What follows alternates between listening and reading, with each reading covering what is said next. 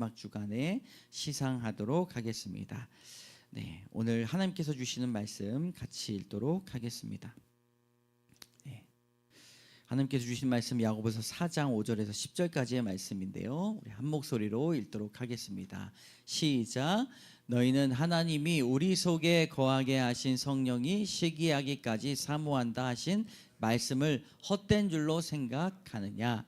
그러나 더욱 큰 은혜를 주시나니 그러므로 일러스되 하나님이 교만한 자를 물리치시고 겸손한 자에게 은혜를 주신다 하였느니라.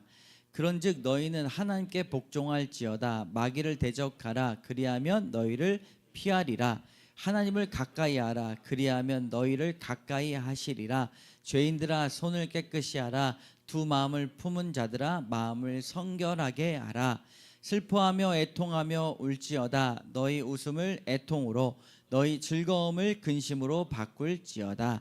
주 앞에서 낮추라. 그리하면 주께서 너희를 높이시리라. 아멘. 한번 따라해 보겠습니다. 하나님을 가까이 하라. 여러분, 하나님을 더욱 가까이 하시는 성도님들 되십시오. 오늘 제목은 하나님을 가까이 하라입니다. 어느 이제 부부가 결혼을 해가지고 아내가 작가로 활동을 하는데 이제 여러 가지 책도 많이 썼어요. 그러면서 메타인지가 된 거죠. 내가 부족한 게 뭘까 이렇게 생각을 하면서 프로젝트를 항상 남편한테 세웠다고 합니다.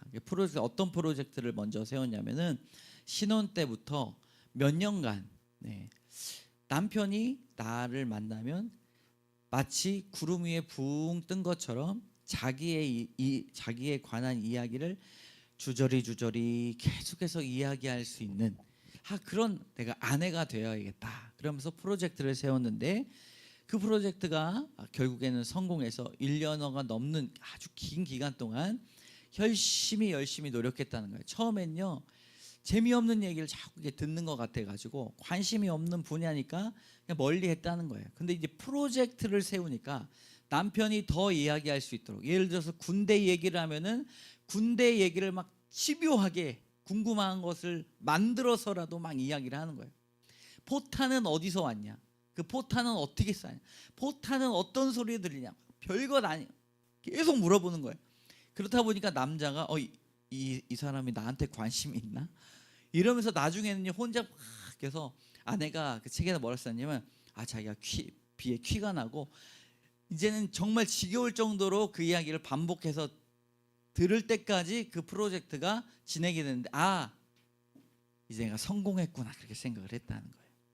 그런데 이 결과가 뭐냐면 남편이 아내가 친밀해지니까 신뢰감이 높아지고 그리고 작은 일들뿐만 아니라 큰 일들조차도 남편과 의논하고 그리고 다른 사람들에게 하지 못하는 이야기들도 남편이 아내에게 하는 서로 윈윈하는 키 프로젝트가 성공했다라는 이야기를 했어요. 그리고 나서 자기는 또 다른 프로젝트를 시작한다고 그렇게 써놨습니다. 여러분, 친밀함은요 하나님께서 사람과 사람 사이에 주시는 아주 귀한 관계의 고리일 줄로 믿습니다. 그리스도인들도요 예수님을 믿고 구원을 받은 사람들은 그 구원의 감격으로 사는 사람들입니다. 구원의 감격을 새끼손가락으로 고추장 찍어 먹듯이 그냥 이렇게 찍어 먹고 마는 사람들이 있어요. 구원의 감격이 그냥 그렇게 끝나는 사람들이 있다는 거예요. 하나님은요 오늘 말씀에 하나님을 가까이 하라. 그래야면 너희를 가까이 하시리라. 구원받은 자의 삶 그 이유가 더 중요하다는 것입니다. 하나님 앞에 더 가까이 가려고 하고 하나님을 믿는 것 아는 것으로 끝나는 것이 아니라 하나님과 더욱더 삶을 나누고 하나님 앞에 더욱더 우리의 마음을 나누고 더 친밀한 관계가 되기를 원하십니다. 그리고요 더 성장하기 보고 싶어서 더 갈망해야 됩니다. 하나님 앞에 내가 영적 초등학생으로 남아있는 것이 아니라 내가 석사과정, 이제 박사과정 하나님 앞에 하나님을 더욱더 깊은 관계로 나아가기 위하여 성장하기를 갈망하는 것, 그것이 우리 그리스도인들에게 귀한 이 도전이 되는 결단이 있어야 된다라고 말씀드릴 수가 있습니다. 여러분, 오늘 말씀을 들으시면서 내가 하나님의 마음을 좀 더 알고, 그리고 하나님이 나를 향해 가까이 오시는 그 친밀함이 무엇인지를 깨달아 한 발자국, 그냥 사회적 거리 유지하는 것이 아니라 하나님을 우리 가슴에 모시고 그 성령님께서 우리 마음에 씨앗이 되어 뿌리를 내리는 그런 귀한 경험과 놀라운 결단이 있는 시간 되시기를 축원합니다. 첫 번째 따라합니다. 시기하시는 하나님. 5절 6절 같이 읽겠습니다. 시작. 너희는 하나님이 우리 속에 거하게 하신 성령이 시기하기까지 사모한다 하신 말씀을 헛된 줄로 생각하느냐. 그러나 더욱 큰 은혜를 주시나니 그러므로 일렀으되 하나님이 교만한 자를 물리치시고 겸손한 자에게 은혜를 주신다 하였느니라. 아멘. 하나님이요, 우리를 시기하신다고 말씀하죠. 이게 이해가 되십니까? 시기라는 말은 질투하신다는 말씀이에요. 출애굽기 20장에 보면은 하나님이 질투하시는 하나님으로 이렇게 표현되지 않습니까? 하나님의 성품이 어떻게 시기가 있고 질투가 있겠습니까? 라고 물어보시는 성도님도 있을지 모르겠어요. 그러나 여러분, 유진 피터슨이 쓴 메시지 성경을 보면은 시기하고 질투가 어느 관계에서 이루어지는가를 아주 잘 설명하고 있습니다. 뭐라고 써 있냐면, 하나님의 마음은 맹렬히 질투하는 연인과 같다라고 말씀합니다. 여러분, 연인이 이렇게 사귀고 있었어요. 근데 일적인 일이든지 어떤 일이든지 그 한 연인의 한 사람이 다른 연인과 이렇게 친하게 지낸다든지 아니면 말을 막 상냥스럽게 이렇게 말을 한다든지 하면은 그 다른 사람이 질투하지 않을까요? 만약에 그런 모습들을 보면서도 나는 너그러워, 나는 넉넉해, 나는 아무렇지 않아 라고 이야기하면 저 두 사람 사랑하는 사이 맞아? 라고 의문점을 갖게 될 것입니다. 그런 의미에서 하나님과 우리 사이를 이해를 해야 된다는 거예요. 여러분, 우리가 하나님이 우리를 얻기 위하여 어떤 일을 계획하시고 어떤 일을 승리하셨습니까?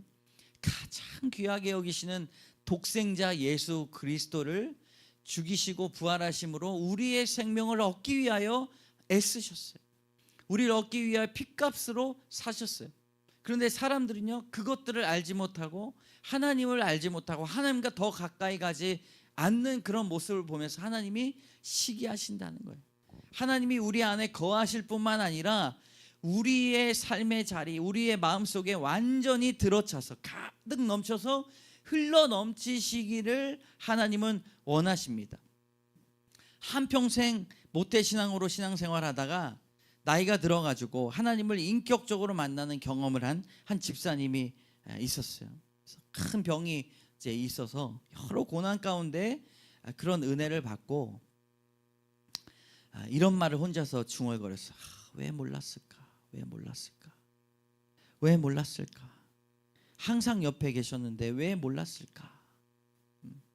여러분, 그것이 시간이 많아서 지금 깨달았다라고 이렇게 고백하면서 너무나 한탄스럽다고, 평생 하나님 알지 못하고 하나님 옆에 계신지도 알지 못하고 살아갔던 그 시간이 너무나 한탄스럽다라고 이야기를 하면서 언제나 나와 옆에 항상 계셨다는 사실을 고백했어요. 심지어는요, 내가 죄를 지을 때도, 내가 하나님 앞에 등 돌렸을 때도 늘 옆에 계시고 있다는 사실을 그 집사님 고백했습니다.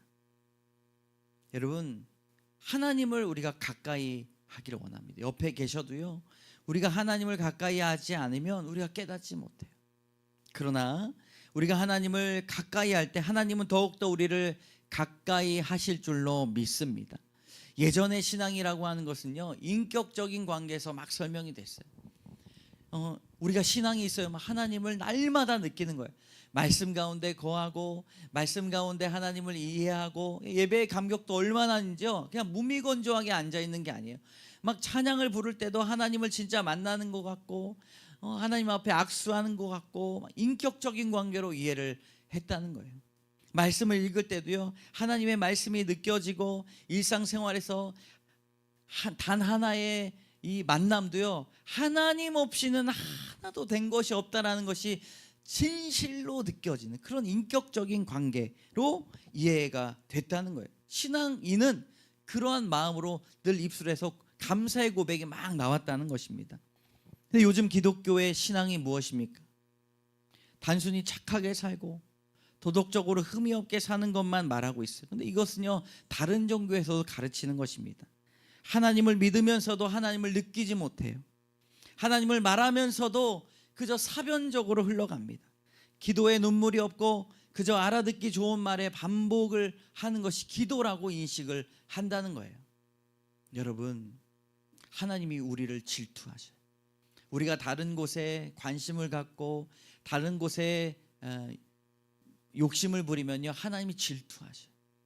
우리가 더 하나님 옆에 나아가야 됩니다. 하나님, 내가 사랑합니다라고 더 고백해야 되고요. 하나님, 내가 더 주님을 만나고 싶습니다라고 더 가까이 가야 될 줄로 믿습니다.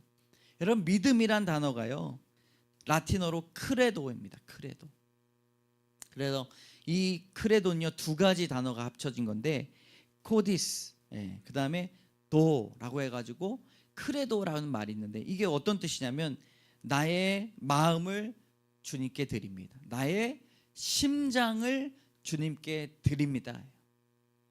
여러분, 그저 하나님이요, 우리와 친한 관계로만 끝나기를 원하시는 것이 아니라 우리의 온 몸과 온 마음과 온 심령을 받기를 원하십니다. 그렇게 주님과 더 가까이 나가시는 여러분 되시기를 주님의 이름으로 축원합니다. 두 번째 따라합니다. 친밀하신 하나님. 7절 8절을 같이 읽어보겠습니다. 시작. 그런즉 너희는 하나님께 복종할지어다. 마귀를 대적하라. 그리하면 너희를 피하리라. 하나님을 가까이 하라. 그리하면 너희를 가까이 하시리라. 죄인들아, 손을 깨끗이 하라. 두 말씀을 품은 자들아, 마음을 성결하게 하라. 아멘.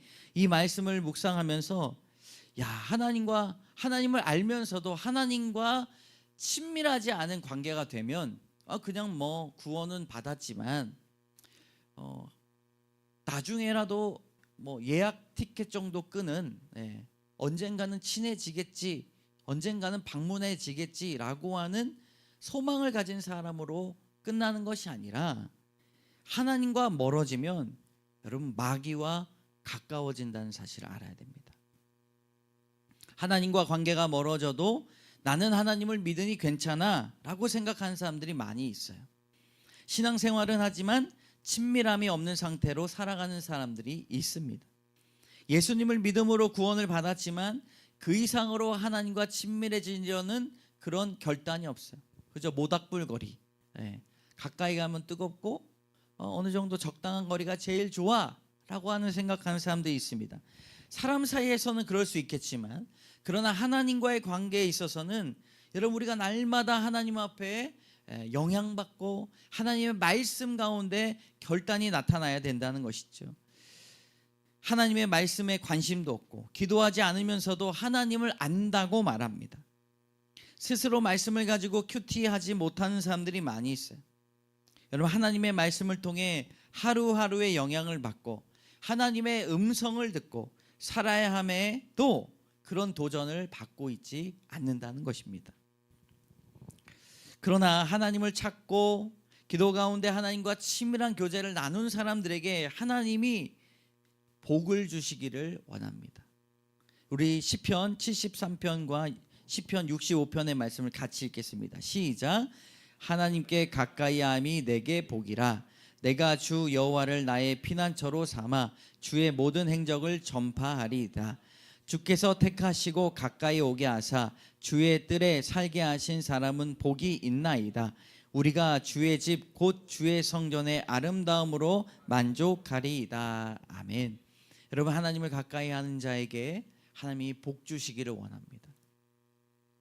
하나님께서 주시는 복은요, 하나님과 함께 사는 복이에요.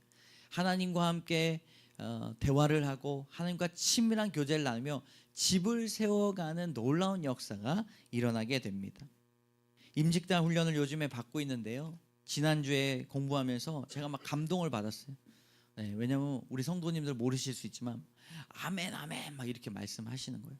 세 명 같이 네 명이 공부하는데 아멘 아멘 막 기도하는데도 아멘 아멘 이게 외치시니까 막 제가 힘이 더 나는 거예요. 예. 설교 시간에도 아멘 아멘 막 이렇게 해주시면 막 제가 막 힘이 나게 될 것 같아요. 할렐루야. 아, 막 힘이 나요. 지금 막 힘이 나잖아요. 예. 근데 제가 그렇게 이야기를 하면서 여러분 제가 이런 공부들도 너무 중요해요. 왜냐하면 막 교회 역사도 배우는데 막 머리가 지끈지끈 아파하시는 거예요. 제가 그걸 보면서 마음이 아파요. 예. 직분자이기 때문에 배워야 되지만 머리가 막 아픈 거예요. 그러면서도 열심히 공부하시지만 제가 중요하게 마지막에 이렇게 얘기했어요. 다른 공부들도 다 좋지만 정말 하나만 성도님들 하나만 제가 가르쳐 드린다고 한다면 저는 큐티하는 걸 가르쳐 드리고 싶어요 라고 말씀드렸어요. 여러분 하나님의 말씀의 숲에 들어가 새가 지저귀고 바람이 불고 열매를 먹고 땅을 기경하며 나무 숲 사이로 들어와 햇빛에 비춰지는 것들을 반가워하는 삶이요 하나님의 말씀 묵상 큐티에 있습니다. 할렐루야. 예. 하나님의 세계는요 우리가 다 할 수 없어요. 그러나 하나님께서 특별하게 보여주신 그 은혜와 사랑이 말씀 안에 있습니다. 목사님 그러면 하나님과 친밀하려면 어떻게 하는데요? 하나님 복 주신다고 하시는데 그럼 어떻게 됩니까? 큐티하십시오. 그날 나에게 주시는 하나님의 말씀. 저는요 큐티를 못했던 사람입니다. 신학교에 나왔어도 큐티를 잘 못했어요. 어떻게 하는지 가르쳐주는 사람이 없었어요. 근데 맨날 큐티 책을 그냥 매일 성경이나 그걸 보면요 피자마자 말씀 읽고 어딜 보냐면 뒷장을 봤어요. 남이 해석한 걸 먼저 보는 거예요. 그러니까 머리가 발달이 안 되는 거예요. 그래서 어느 날 새벽 기도 때 하나님 저는 이렇게 말씀도 묵상도 못하고 맨날 뒷장에 보면 이런 생각도 하는구나 그렇게 그냥 감탄하면서 내가 보내서 하나님 큐티를 가르쳐 주시고 하나님의 말씀을 감격하게 해주세요 하고 아내와 저가 4년 동안 이렇게 말씀을 묵상하면서 살다 보니까 어느 날을 쫙 펴서 본문만 읽었는데 지금까지 그 본문을 10번 읽고 20번 읽고 100번 읽어도 잘 몰랐던 말씀들이 그냥 눈에 단어가 팍팍 박히면서 하나님의 말씀으로 막 들리는 거예요. 다른 분의 설교, 다른 분의 부흥 집회도 너무너무 귀하지만 도전되는 삶을 우리에게 주지만 그날따라 하나님 말씀을 쭉 읽으면서 기도하고 그때그때마다 성령님께서 바라보게 하시고 생각나게 하시고 지혜롭게 하시고 총명케 하시는 그 말씀을 내가 받아 누리는 것이 얼마나 주님께서 나에게 주시는 복인지 모른다는 것입니다. 여러분 하나님과 날마다 말씀으로 친밀하게 나아가시기를 주님의 이름으로 축원합니다. 하나님은요 친구 같은 분이세요. 그래서 다정다감한 분이십니다. 무엇이든지 말해도 들어주시고 무엇을 토로해도 들어주십니다. 그 앞서 말씀드린 그 작가가 프로젝트를 세웠는데 그 이제 남편하고 말을 하면서 나중에는 자신이 남편에게 위로를 받는 사건이 일어난 거예요. 처음에는 남편이 그냥 무뚝뚝하고 말도 잘 못하니까 내가 저 사람 어떻게 하면 말을 시킬 수 있을까 해서 궁금한 것들을 남편의 입장에서 자꾸 물어봤는데 대화가 잘 이루어지다 보니까 몇 년이 지나고 나서 오히려 자신이 남편에게 위로를 받는데 남편이 자신의 말을 어떻게 들어주냐면 막 예를 들어서 아내가 누구 말을 막 욕하고 싶잖아요. 그래서 남편한테 막 얘기를 하는데 남편이 비판적 수용을 한다는 거예요. 비판적 수용. 그러니까 그 사람을 같이 욕해 주는 게 아니라 그 사람을 만났을 때 내가 느꼈던 감정을 그 사람이 만져준다는 거예요. 그러니까 대부분 우리는 어떻게 합니까? 그러니까 네가 왜 그렇게 그때 처신했어? 그렇게 하면 안 되지. 운전을 그따구로 하면 안 되지. 맨날 그렇게 이제 판단하고 하니까 더 이상 말하기 싫잖아요. 근데 옳고 그름은 이미 말한 사람이 다 알고 있기 때문에 그 사람한테 맡기고 남편은 아내가 그때 느꼈을 그 감정을 한번 만져준다는 사실을 이 여성 작가가 깨달았다는 거예요. 그래서 비판적 수용이라고 한다는 것이죠. 여러분 하나님은요 우리가 왜 하나님 앞에 나가서 기도할 때 위로를 받는지 아십니까? 기도의 자리에 나가서 우리가 모든 마음을 쏟아놓을 때 하나님은요 비판적 수용을 하십니다. 우리의 마음을 먼저 만져주십니다. 우리의 마음을 먼저 위로하여 주십니다. 우리의 마음을 먼저 회복시켜 주십니다. 그럴 때 기도할 때 성령께서 지혜를 주심으로 우리가 올바른 판단을 할 수 있도록 우리를 도우신다라고 하는 것이지. 여러분, 친밀하다는 것은요 우리와 의논하신다는 뜻입니다. 라준정 목사님이 쓰신 친밀함이라는 책을 보면요 거기에 이렇게 나와 있어요. 친밀하다는 것은 하나님이 우리와 의논하신다는 것입니다. 하나님은 우리에게 하나님의 생각을 털어놓기를 원하시며 꿈을 주시고 소망을 주시고 우리가 생각한 이상으로 하나님은 모든 것을 의논하기를 원하신다라고 하는 것입니다. 사랑하는 성도 여러분, 하나님을 가까이 하십시오. 하나님은요 여러분들에게 꿈을 나눠주시고 소망을 나눠주시기를 원하십니다. 모든 삶을 통해 하나님의 꿈과 하나님의 소망, 하나님의 나라를 함께 지어가는 여러분 되시기를 주님의 이름으로 축원합니다. 세 번째 따라합니다. 변화시키시는 하나님. 9절 10절을 같이 읽겠습니다. 시작. 슬퍼하며 애통하며 울지어다. 너희 웃음을 애통으로 너희 즐거움을 근심으로 바꿀지어다. 주 앞에서 낮추라. 아멘. 잘 읽어보면요 너희 웃음을 애통으로 바꾸신대요. 이상하지 않습니까? 즐거움을 뭘로 바꾸셔요? 근심으로 바꾸신대요. 아니 잘 지내고 있는 사람 왜 애통하게 하시고 슬픔으로 받게 하십니까? 라고 이 본문을 읽으면서 제가 막 이렇게 따졌어요. 근데 공부하고 묵상하다 보니까 이 웃음, 이 즐거움은요 일반적인 웃음과 즐거움이 아니에요. 이것은 세상 쾌락에서 얻을 수 있는 탐닉적 쾌락이라는 사실입니다. 우리가 쾌락을 세상에서 뭔가 중독이 되고 세상에서 즐거워하는 것들이 있잖아요. 하나님을 떠난 즐거워하는 것들을 보면서 우리가 회개하잖아요. 회개하고 다시는 하지 말아요. 후회합니다. 근데 오늘 본문은 뭐라고 얘기하면 애통하라고 이야기해요. 근심하라고 이야기합니다. 야고보 선생님은요 죄에서 얻는 이러한 즐거움에 빠지지 말고 오히려 죄로 향한 우리를 스스로를 애통하라는 거예요. 근심하라는 것입니다. 하나님 이를 어찌합니까? 하나님 이를 어찌합니까? 자꾸 저것에 눈이 가고 관심이 가고 중독에 걸렸습니다. 자신의 모습을 보면서 슬퍼하고 근심하라는 거예요. 자신의 실체를 발견하고 근심하라고 말합니다. 여러분 왜 그렇습니까? 그 죄로 인하여 우리가 하나님으로부터 멀어지기 때문입니다. 아브라함의 조카 롯을 아시죠? 롯의 아내가 소돔과 고모라의 심판의 연장을 도망쳐 나오면서 그가 뒤를 돌아봄으로 뭘로 바뀌었습니까? 소금 기둥으로 바뀌었어요. 그가 아니 내가 살던 데가 어떻게 저렇게 심판받을까 그런 궁금함으로 바라본 게 아니에요. 그 안락한 평안함, 그런 소돔과 고모라에서의 발전된 도시의 삶을 미련으로 돌아봤다는 거예요. 그러니까 소금 기둥으로 변하면서 하나님이 심판하신 것입니다. 여러분 하나님께서 우리를 친밀하게 가까이 오시는 이유는 우리를 하나님의 성품으로 변화시키시기 위하여 우리를 가까이 하시기를 원합니다. 할렐루야. 베드로후서 1장 4절에 보니까요 이렇게 말합니다. 여러분이 세상에서 정욕 때문에 부패하는 사람이 되는 것이 아니라 하나님의 성품에 참여하는 사람이 되게 하시려는 것입니다. 정욕 때문에 사람이요 부패한대요. 생각이 부패하고 마음이 썩어버리고 냄새 난다고 하십니다. 근데 하나님은요 그렇게 내버려 두시지 않고 하나님의 성품에 참여시키시기 위하여 성령께서 우리 마음에 거하실 뿐만 아니라 성령께서 뿌리를 내리시고 우리를 변화시키시기를 원한다는 것입니다. 하나님께서 우리와 가까이 계신 이유는 우리의 연약함을 너무나 잘 알고 계시기 때문이에요. 베드로도요 그 연약함을 아시기 때문에 예수님께서 지켜주신다고 말씀하셨습니다. 누가복음 22장 31절 32절 같이 읽겠습니다. 시작.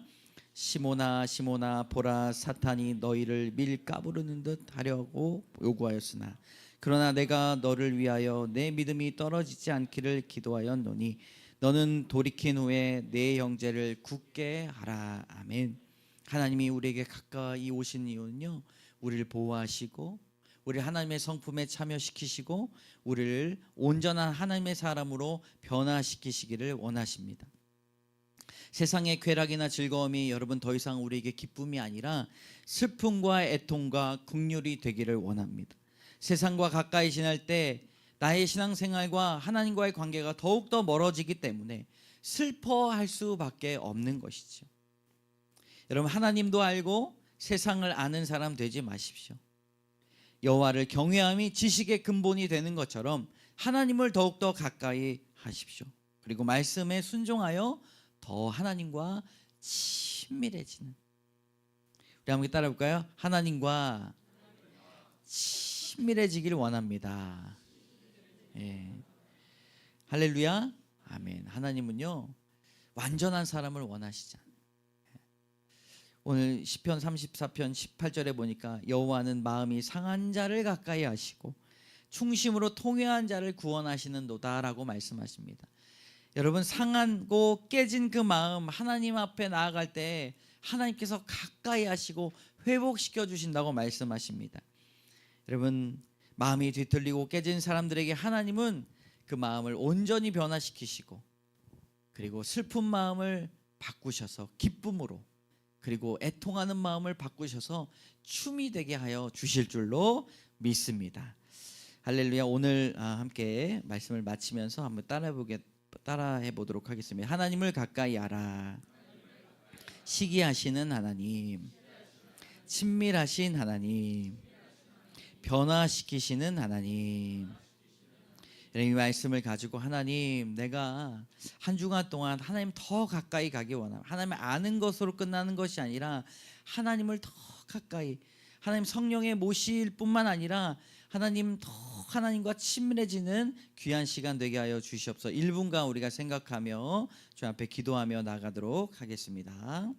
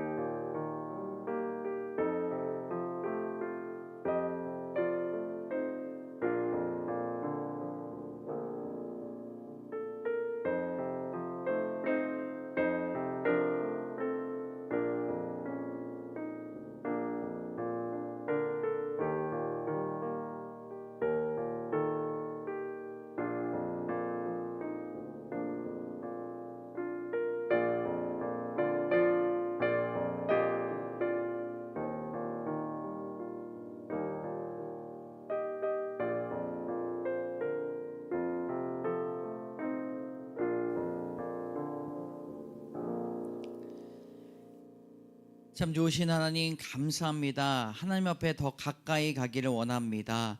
하나님, 날마다 우리의 전심을 주님 앞에 드리게 하여 주시고 우리의 심장을 드리게 하여 주시고, 하나님 어떠한 믿음으로 흔들리는 상황 속에서도 하나님 우리의 온 마음을 주님 앞에 드리는 저희들 되게 하여 주시옵소서. 하나님, 가까이 완전히 붙어서 주님 앞에 나아가기를 원합니다.